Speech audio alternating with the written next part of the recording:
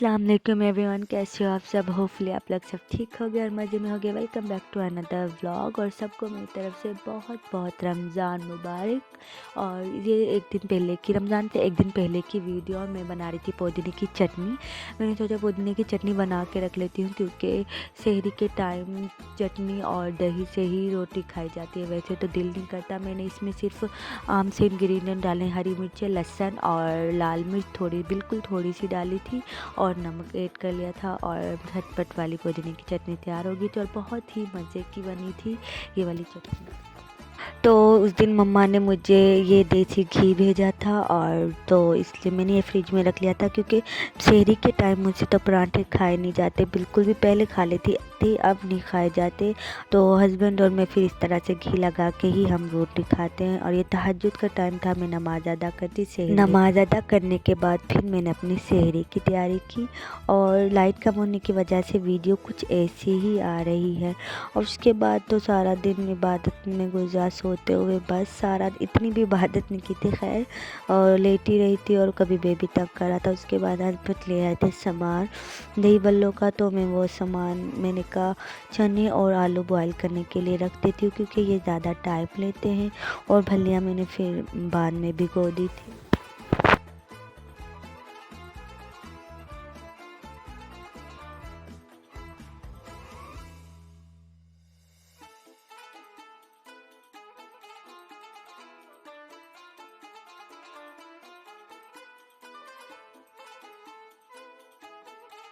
और आप लोग सब बताओ कैसा गुज़रा आप लोगों का रोज़ा। और मेरा भी अच्छा गुज़रा था रोज़ा। खैर इफ्तार करने के बाद मेरी तबीयत थोड़ी सी ख़राब हो गई थी।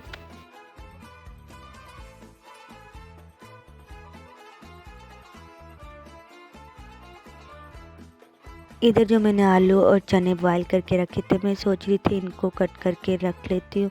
फिर मैंने सोचा कि आज मैं बनाती हूँ पापड़ी, जो मतलब दही बल्लों में डालते हैं। फ़र्स्ट टाइम मैं ट्राई कर रही थी और अच्छी बन गई थी। खैर मैंने फिर मैंने कहा अभी मैं सिर्फ थोड़ी सी ट्राई करती हूँ और फिर बाद में मतलब अगर अच्छी बनी तो दोबारा बना लूँगी। खैर बेबी को भी अच्छी लगी थी, वो तो केचप के साथ ऐसे ही खा गया था। और इधर मैंने फिर रोटी बेली। रोटी बेलने के बाद इस पे मुझसे सूखा आटा थोड़ा सा ज़्यादा लग गया था। खैर अच्छी बन गई थी पर थोड़ी थोड़ी सी ये जल गई थी। और वैसे दही बल्लों के ऊपर डाली थी तो बहुत ही मज़े की लग रही थी। और इधर मैं दही बल्लों की तैयारी कर रही हूँ। मैंने जो पुदीने की चटनी बनाई हुई थी वो ही सिर्फ मैंने इसमें ऐड करी थी क्योंकि उसमें सब कुछ ऐड था ऑलरेडी। कोई मैंने चाट मसाला वगैरह ऐड नहीं किया था। हरी मिर्ची भी मैंने बिल्कुल थोड़ी सी ऐड की थी क्योंकि हस्बैंड भी ज़्यादा स्पाइसी नहीं खाते। और दूसरा ये कि मैंने चाट मसाला साथ रख लिया था कि अगर मतलब कोई चीज़ कम हुई तो बाद में हम ऐड कर लेंगे। और इधर में बादाम मैंने भिगो दिए थे, उस चीनी और 2 इलायची के दाने लेके ग्राइंड करी थी क्योंकि मैं फिर सोच रही थी कि अगर शरबत रूअफ़ज़ा वगैरह बनाऊंगी इसमें ऐड कर लूँगी, फिर इस तरह से जायका बहुत ही मज़े का आता है। इधर मेरे पकोड़े भी बन गए थे और हस्बैंड रूअफ़ज़ा भी ले आए थे। और इधर मैंने थोड़ा सा ही सिर्फ ये बनाया था, क्या कहते हैं, फ्रूट चाट। तो क्रीम तो मिली ही नहीं थी, सिर्फ मैंने दही वगैरह ऐड की, रूअफ़ज़ा ऐड किया थोड़ा सा और दही में ही चीनी डाल के और इस तरह से मज़े की ये चाट तैयार हो गई थी मेरी फ्रूट चाट।